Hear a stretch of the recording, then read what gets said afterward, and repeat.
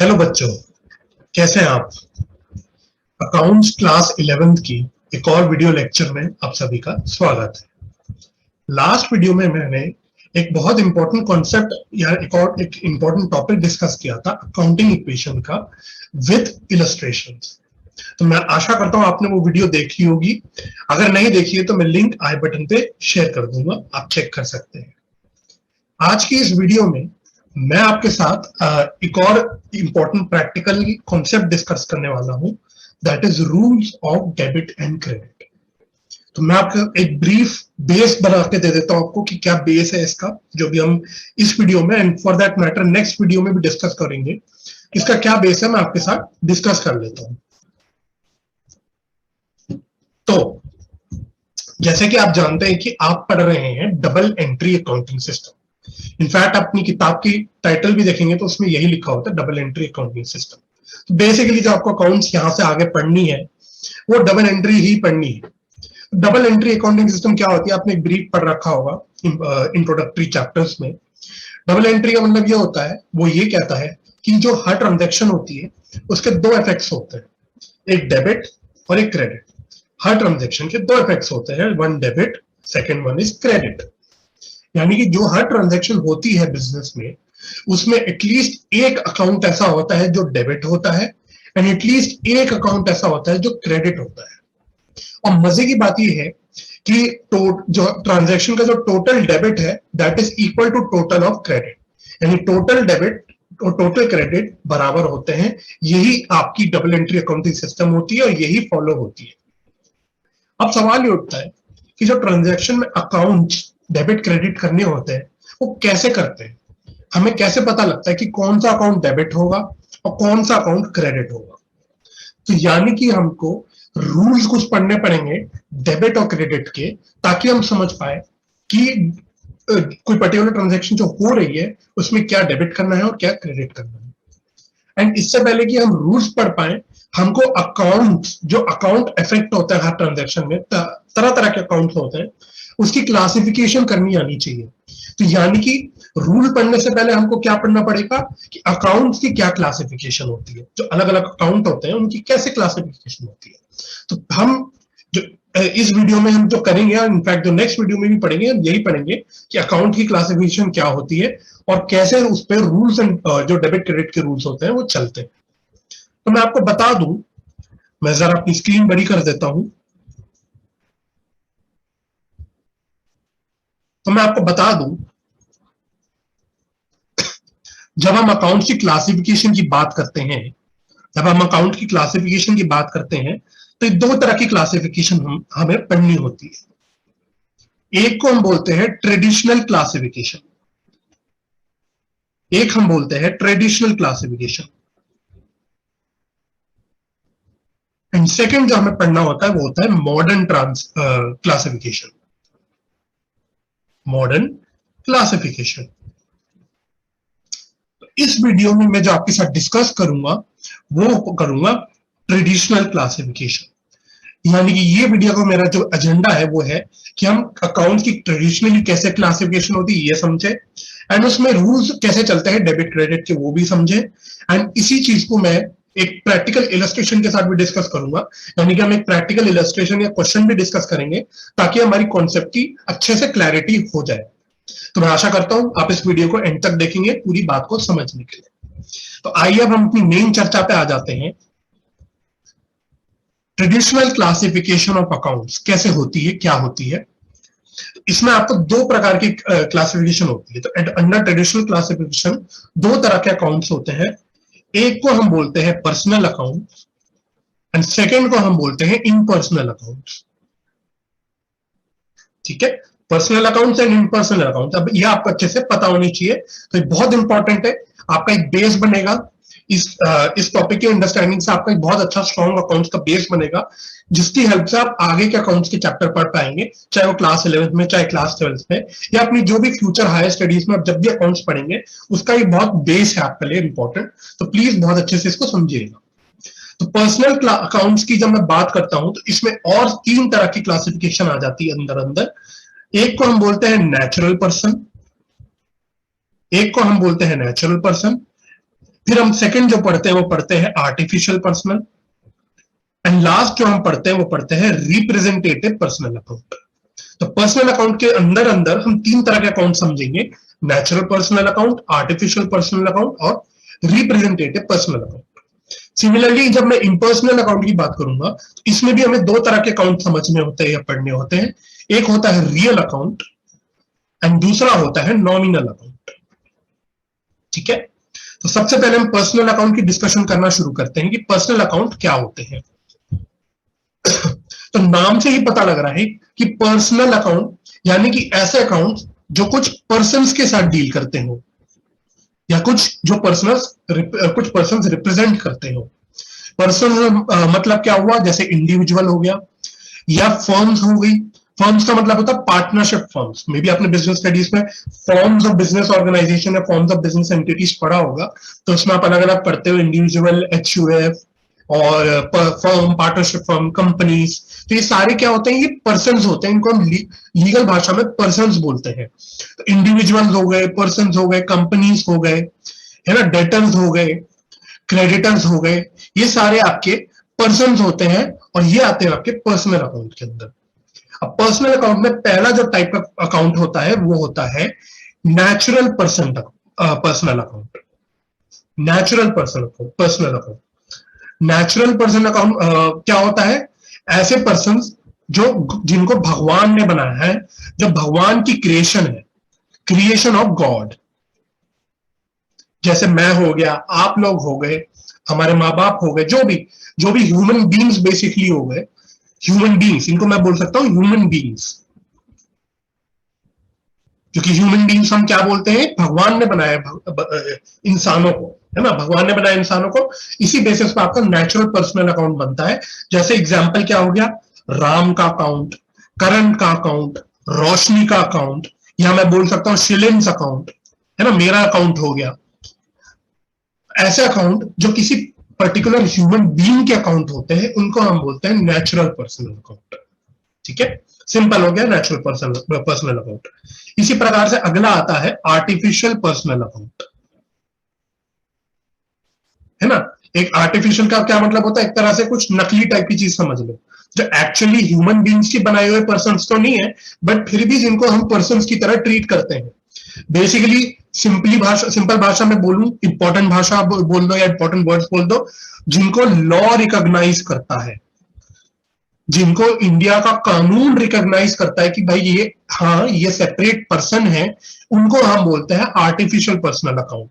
That is those accounts which are recognised as persons, recognised as persons as per law.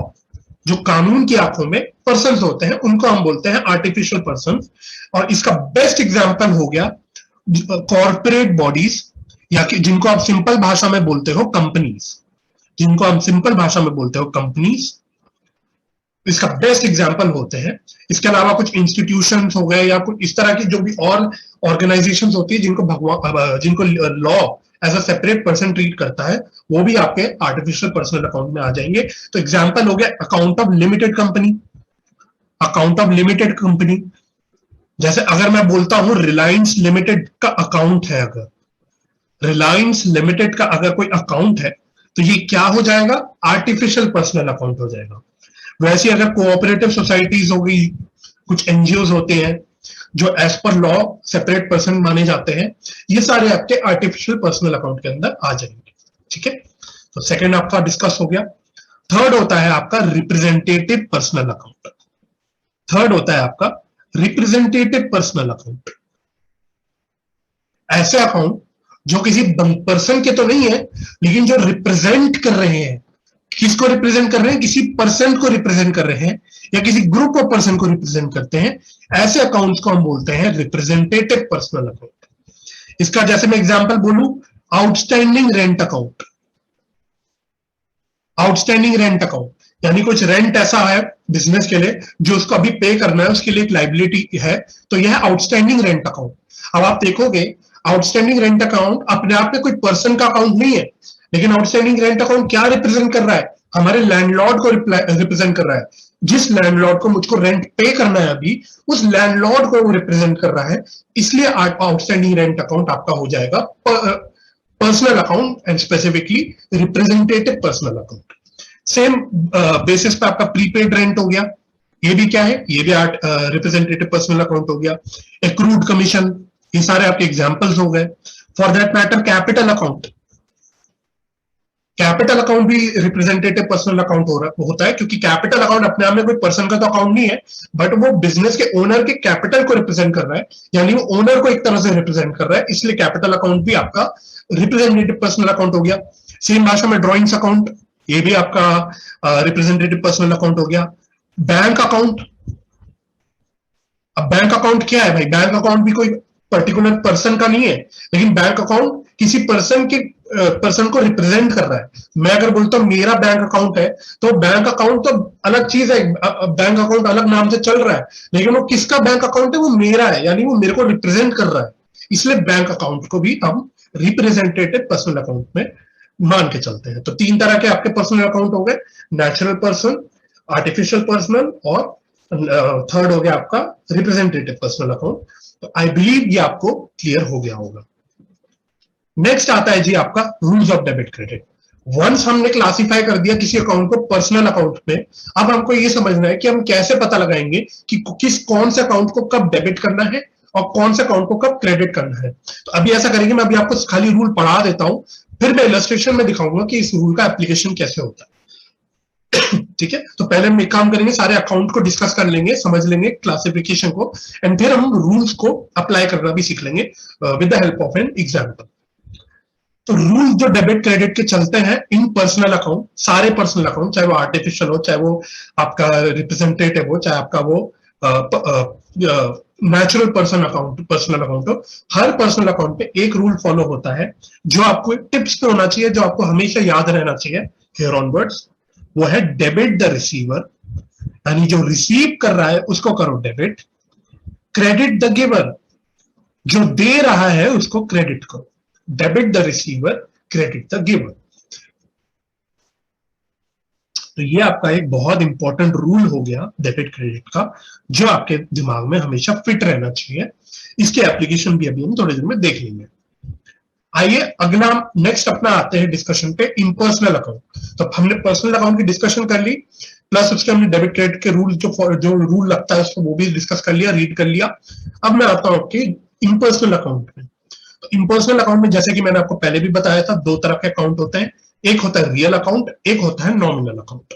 तो real account क्या होता है, मैंने highlight भी कर रखा है, ऐसे अकाउंट जो किसी टेंजिबल या इनटेंजिबल एसेट से रिलेट करते हैं।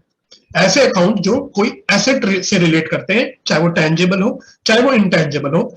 इसके एग्जांपल बड़े सारे आ सकते हैं, कुछ कुछ मैंने यहाँ पे लिख रखे हैं। लैंड हो गया, जैसे बिल्डिंग हो गया, ये क्या आपके फिक्स्ड एसेट है, ये आपके क्या होते हैं, रियल अकाउंट होते हैं। गुडविल अकाउंट, गुडविल, तो गुडविल अकाउंट क्या होता है, एक इंटेंजिबल एसेट होता है, तो ये भी आपका रियल अकाउंट में आ गया। पेटेंट भी एक इंटेंजिबल एसेट होता है, ये भी आपका रियल अकाउंट में आ गया। मशीनरी, मशीनरी क्या होती है, मशीनरी भी एक फिक्स्ड एसेट होती है, तो ये भी आपका रियल अकाउंट में आ गया। फॉर दैट मैटर कैश, रोकड़ा, अगर बिजनेस के पास रॉ कैश पड़ा है तो वो भी क्या है, एसेट है, तो वो भी आपका रियल अकाउंट में आ गया। स्टॉक, बिजनेस के पास जो भी इन्वेंट्री है, गोडाउन में सामान पड़ा है, वो क्या है, वो भी आपके एसेट है, तो वो भी आपके रियल अकाउंट हो गए। रियल अकाउंट में अलग रूल चलता है, जैसे पर्सनल अकाउंट में तो हमने एक कॉमन रूल पढ़ा, लेकिन इन पर्सनल अकाउंट में दोनों प्रकार के जो अकाउंट है, रियल नॉमिनल, इसमें अलग अलग रूल अप्लाई करते हैं। तो आपको बेसिकली 3 रूल्स पढ़ने हैं। एक पर्सनल अकाउंट में क्या रूल चलता है वो मैंने आपको पढ़ा दिया, वो पढ़ना है। फिर आपको इम्पर्सनल में जो 2 अलग अलग टाइप के अकाउंट है उसके दोनों अलग अलग रूल्स होते हैं, वो भी पढ़ने हैं। तो टोटल आपको 3 रूल्स पढ़ने हैं। तो पहला रूल जो आपको रियल अकाउंट में जो रूल पढ़ना है, जो आपको पता होना चाहिए, अगेन आपके टिप्स पे भी होना चाहिए, वो है debit what comes in, credit what goes out. तो ये आपका रूल हो गया जो आपको याद करना है, जो आपको हमेशा याद रखना है। Debit what comes in, credit what goes out. जो चीज बाहर जा रही है, बिजनेस से बाहर जा रही है, उसको आप क्रेडिट कर रहोगे। जो चीज बिजनेस के अंदर आ रही है उसको आप डेबिट करोगे। यानी मैं सिंपल भाषा में बोलूं, अगर एसेट बिजनेस के अंदर आ रहा है तो उस एसेट को आपको डेबिट करना है, अगर एसेट बिजनेस से बाहर जा रहा है तो उस एसेट को आपको क्रेडिट करना है। ऐसे आपके रूल्स चलते हैं रियल अकाउंट। ठीक है, चलिए अगले पे आते हैं हम, nominal account. Next will discuss nominal account, last account आपका। ये क्या होता है? ऐसे अकाउंट अगेन इसमें भी मैंने इंपॉर्टेंट वर्ड्स को हाईलाइट कर रखा है। ऐसे अकाउंट जो किसी खर्चे से रिलेट करते हैं, या कुछ नुकसान से रिलेट करते हैं, या कुछ इनकम से रिलेट करते हैं, गेन से रिलेट करते हैं, प्रॉफिट से रिलेट करते हैं, या रेवेन्यूज इन सारी चीजों से रिलेट करते हैं ना, expense, losses, incomes, gains, revenues. तो ऐसे अकाउंट जो इन चीजों से रिलेट करते हैं, इनको हम बोलते हैं नॉमिनल अकाउंट। ठीक है, तो इनके एग्जाम्पल भी बड़े सारे हो सकते हैं, जैसे परचेज अकाउंट हो गया, सेल्स अकाउंट हो गया, सैलरी अकाउंट हो गया। अब परचेज क्या है? एक खर्चा है। सेल्स क्या है? एक तरह से इनकम या रेवेन्यू बोल सकते हो, रेवेन्यू है सेल्स। सैलरीज क्या है? सैलरीज भी खर्चा है। इंटरेस्ट पेड क्या होता है? बिजनेस के लिए खर्चा होता है। इंटरेस्ट अर्न क्या होता है बिजनेस के लिए? वो इनकम होती है। कमीशन अर्न क्या होता है? इनकम होती है, ये भी nominal account. Similarly commission paid expense होता है, खर्चा होता है, वो भी आपका नॉमिनल अकाउंट। बैड डेट्स, ऐसे डेट्स जो अब आपको मिलेंगे नहीं, नुकसान हो गया। तो बेसिकली कोई भी नुकसान, फायदा, ये सारी चीजें आपकी नॉमिनल अकाउंट के अंदर आ जाती हैं। ध्यान रखना, एक बात का ध्यान रखना जो मैं आपके साथ अभी डिस्कस करना चाहता हूं। अगर मैं आपको बोल रहा हूं रेंट अकाउंट, अगर मैं बोलता हूं रेंट अकाउंट, तो रेंट अकाउंट एक खर्चा है, यानी ये है नॉमिनल अकाउंट। लेकिन जब मैं प्रीपेड रेंट या आउटस्टैंडिंग रेंट बोलता हूं, ये क्या हो जाते हैं? ये हो जाते हैं पर्सनल अकाउंट। ये हो जाते हैं पर्सनल अकाउंट। तो ये चीज को आपको दिमाग में बैठा के रखना है कि कौन सा अकाउंट क्या है, इसको आपको आइडेंटिफाई करना पड़ेगा। अनलेस एंड अनटिल आप आइडेंटिफाई नहीं कर पाते, आप डेबिट क्रेडिट कभी कर नहीं पाओगे, उसके रूल्स कभी अप्लाई नहीं कर पाओगे। ठीक है, चलिए। अच्छा, लास्ट रूल जो आपको पढ़ना है, जो आपको पता होना चाहिए नॉमिनल अकाउंट का, वो क्या है? Debit all expenses and losses. खर्चों को, नुकसान को आप डेबिट करो। Credit all incomes and gains. फायदे को, कोई भी इनकम को आप क्या करोगे? क्रेडिट करोगे। Debit all expenses and losses, credit all incomes and gains. तो आपके 3 रूल्स हो गए। मैं क्विकली एक बार समराइज कर लेता हूं तीनों रूल्स। पहले हमने डिस्कस करी पर्सनल अकाउंट की। पर्सनल अकाउंट में हमने डिस्कस किया 3 तरह के अकाउंट होते हैं, natural personal, artificial personal, representative personal. और सारे पर्सनल अकाउंट का एक कॉमन रूल है, दिखाता हूं, ये चलता हूं मैं स्क्रीन पे। Debit the receiver, credit the giver. ये रहा हमने जो पढ़ा था, debit the receiver, credit the giver. जब मैं इम्पर्सनल अकाउंट की बात करता हूं तो इसमें 2 तरह के अकाउंट होते हैं। तो इसमें रियल अकाउंट की जब मैं बात करता हूं तो रियल अकाउंट में क्या रूल चलता है? Debit what comes in, credit what goes out. और जब मैं नॉमिनल अकाउंट की बात करता हूं तो इस पे क्या रूल लगता है? Debit all expenses and losses, credit all incomes and gains. तो ये आपका कॉन्सेप्ट था बेसिकली अकाउंट्स की क्लासिफिकेशन की, ट्रेडिशनल क्लासिफिकेशन, और उसमें जो भी रूल्स चलते हैं आपके डेबिट क्रेडिट के। तो ये था आपका बेसिकली थ्योरेटिकल या कॉन्सेप्चुअल डिस्कशन। लेकिन ये चीज हम जब तक नहीं समझ पा सकते, जब तक क्लियर नहीं हो सकते 100%, जब तक हम कोई इसका ऊपर कोई प्रैक्टिकल एग्जांपल ना देख ले, कोई प्रैक्टिकल इलस्ट्रेशन ना देख ले। तो इसी के लिए मैं आपके साथ नेक्स्ट प्रैक्टिकल इलस्ट्रेशन डिस्कस करूंगा। तो आ जाइए, इसको मैं जूम भी कर लेता हूं। चलिए, इतना जूम बहुत है। ये इलस्ट्रेशन है आपकी किताब का, इसको मैं आपके साथ डिस्कस करूंगा। इसमें कई तरह प्रकार के ट्रांजैक्शन दे रखे हैं, और हम देखेंगे कि हर ट्रांजैक्शन में हम कैसे आइडेंटिफाई करते हैं क्या क्या अकाउंट्स इन्वॉल्व है, और उसको क्लासिफाई कैसे करते हैं, और फिर हम अप्लाई कैसे करते हैं डेबिट क्रेडिट के रूल्स को।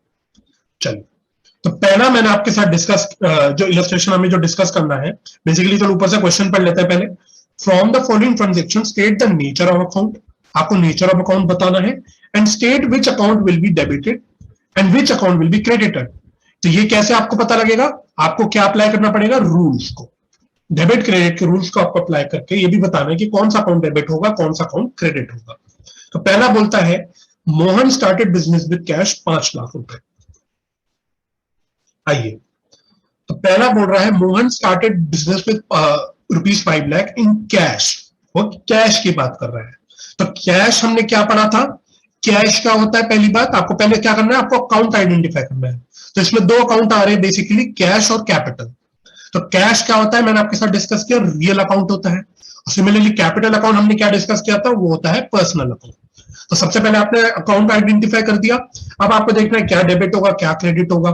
तो कैश आया, रियल का क्या फॉर्म का क्या रूल होता है रियल अकाउंट का, डेबिट व्हाट कम्स इन। तो बिजनेस के अंदर कैश आया तो 5 लाख रुपए उसको आपने डेबिट कर दिया, ठीक है। अच्छा, पर्सनल अकाउंट में क्या रूल होता है, debit the receiver credit the giver. तो यहां पे कैपिटल अकाउंट किसको रिप्रेजेंट कर रहा है, मेरे को रिप्रेजेंट कर रहा है, बेसिकली मोहन को रिप्रेजेंट कर रहा है। यहाँ पे कैपिटल अकाउंट बेसिकली मोहन को रिप्रेजेंट कर रहा है, इसलिए वो एक रिप्रेजेंटेटिव पर्सनल अकाउंट है ना। तो इसमें गिवर कौन है, मोहन गिवर है। बेसिकली मोहन ने कैपिटल दिया बिजनेस को, तो गिवर है आपका मोहन। यानी कि जो कैपिटल अकाउंट बेसिकली जो इन्वॉल्व है वो करना पड़ेगा आपको credit, because credit the giver, ठीक है। अगला बोलता है, चलो यहीं से पढ़ लेते हैं, purchase goods for cash. Cash में हमने कुछ गुड्स परचेज करे, तो क्या दो मेन अकाउंट्स इन्वॉल्व हो गए आपके। एक हो गया आपका परचेज अकाउंट, एक हो गया आपका कैश अकाउंट। क्योंकि परचेज हमने करे कुछ गुड्स तो परचेज एक खर्चा हो गया, और कैश पे परचेज करे तो यानी दूसरा अकाउंट इन्वॉल्व हो गया कैश। तो सबसे पहले आपको आइडेंटिफाई करना है कौन सा नेचर है अकाउंट का। तो परचेज का अकाउंट है नॉमिनल, क्योंकि खर्चा है वो, एंड कैश क्या है, एक रियल अकाउंट होता है। अब आपको रूल अप्लाई करना है। नॉमिनल रूल कहता है, नॉमिनल अकाउंट का रूल कहता है कि debit all expenses and losses. तो यहाँ पे परचेज क्या है, एक एक्सपेंस है, तो इसलिए इसको आपको परचेज को डेबिट करना पड़ेगा। रियल अकाउंट का रूल कहता है क्रेडिट व्हाट गोज आउट, जो बिजनेस से बाहर जा रहा है उसको क्रेडिट करो। कैश बिजनेस से हमारा बाहर जा रहा है क्योंकि हम कैश पे कर रहे हैं, तो कैश बिजनेस से क्योंकि बाहर जा रहा है तो वो आपको क्रेडिट करना पड़ेगा। तो ये हो गया आपका सेकंड ट्रांजेक्शन। थर्ड है आपका सोल्ड गुड्स फॉर कैश ₹1,50,000। आपके हमने 1.5 लाख रुपए की कुछ सेल्स करी, तो यहां पे दो अकाउंट्स इन्वॉल्व हो गए। एक हो गया कैश, एक हो गया सेल्स, क्योंकि हमने कैश में सेल करी, ठीक है। तो कैश क्या होता है, nominal account, sorry real account होता है, एंड सेल्स क्या होता है, नॉमिनल अकाउंट होता है। तो फटाफट अप्लाई करना सीखते हैं। कैश बिजनेस में आ रहा है तो डेबिट व्हाट कम्स इन, तो 1.5 लाख रुपए कैश में क्रेडिट हो गया, डेबिट हो गया। सेल्स क्या है, एक तो रेवेन्यू है, बेसिकली रेवेन्यू है, and credit all incomes and revenues, तो आपको सेल्स अकाउंट को क्रेडिट करना पड़ेगा, simple. Fourth, received interest from Ram in cash ₹500। Interest हमें रिसीव हुआ, किस में रिसीव हुआ, कैश में रिसीव हुआ। तो दो अकाउंट हो गए इन्वॉल्व, कैश और इंटरेस्ट। बेसिकली इंटरेस्ट अर्न या इंटरेस्ट रिसीव्ड अकाउंट आपका इन्वॉल्व हो गया यहाँ पे। तो कैश अगेन एक रियल अकाउंट है, कैश आ रहा है बिजनेस में, so debit what comes in, 500 रुपए कैश आप डेबिट कर दोगे। इंटरेस्ट रिसीव्ड क्या है, इनकम है, credit all income, interest account को आप 500 रुपए से क्रेडिट कर दोगे, ठीक है। फिफ्थ ट्रांजैक्शन कहता है sold goods to Ashok for 60,000। तो मैं आपको यहां से बता दूं, आगे भी काम आएगी नॉलेज, जब भी ऐसी लैंग्वेज लिखी होती है, sold goods to Ashok for ₹60,000, तो सबसे पहले आपको ये मान के चलना है कि ये क्रेडिट सेल है, ठीक है। क्योंकि जब कैश में सेल या परचेज होती है तो स्पेसिफिकली बोलता है, जैसे ऊपर आपने देखा, रिसीव्ड इंटरेस्ट इन कैश या सोल्ड गुड्स फॉर कैश। लेकिन जब वो इस तरह से बोलता है कि हमने किसी व्यक्ति को सेल किया या हमने किसी व्यक्ति से परचेज किया, उसका मतलब होता है कि वो क्रेडिट सेल या क्रेडिट परचेज की बात कर रहा है। जैसे कि यहां उसने बोल रखा है sold goods to Ashok for 60,000, that is एक तरह से आपने अशोक को उधारी पे सेल कर। तो यहाँ पे दो अकाउंट आ गए, एक हो गया अशोक का अपना अकाउंट, नेचुरल पर्सन, भगवान का बनाया हुआ बंदा है अशोक। एक हो गया आपका सेल्स अकाउंट, अगेन एक रेवेन्यू है। तो क्या हमने बोला था, डेबिट, जिसमें पर्सनल अकाउंट में debit the receiver credit the giver, debit the receiver credit the giver. तो अशोक ने हमें गुड्स, सॉरी, अशोक को हमें कुछ पैसे देने हैं, अशोक ने हमको कुछ पैसे देने हैं, सॉरी उल्टा बोल दिया मैं। अशोक ने कुछ, अशोक को गुड्स मिले हैं, मतलब अशोक रिसीवर है, सॉरी मैं थोड़ा गलत बोल दिया। अशोक बेसिकली क्या है, रिसीवर है, क्योंकि उसको गुड्स मिल रहे हैं, उसको गुड्स मिल रहे हैं यानी उसको गुड्स रिसीव हो रहे हैं। तो बेसिकली अशोक क्या है, रिसीवर है।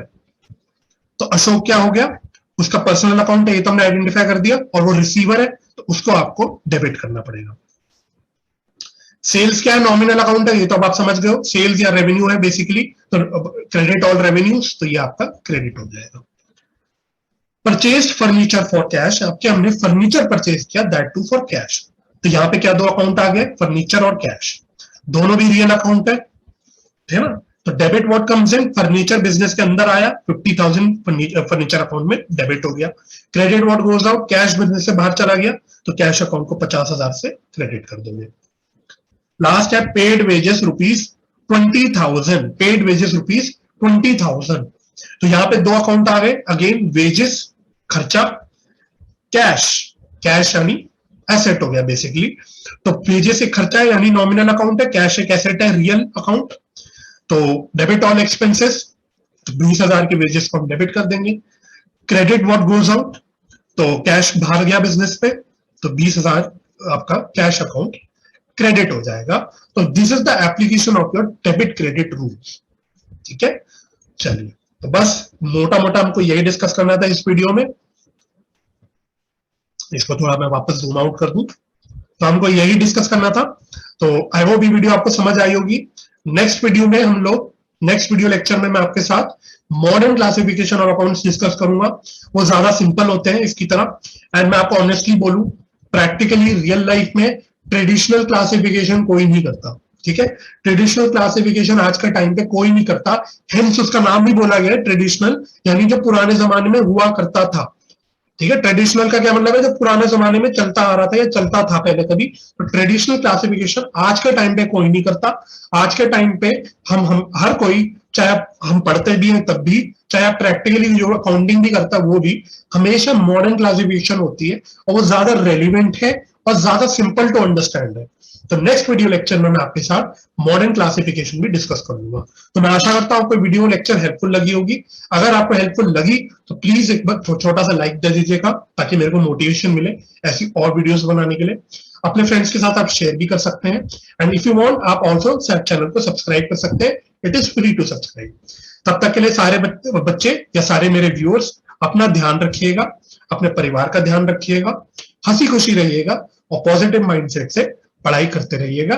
हम मिलेंगे ऐसी अगले वीडियो लेक्चर में। चलिए, बाय बाय।